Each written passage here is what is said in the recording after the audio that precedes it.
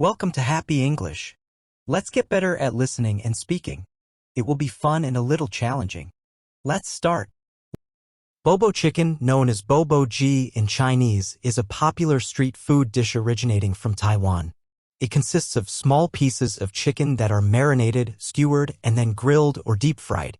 The name Bobo comes from the sound of the meat being dropped into the bowl during the cooking process.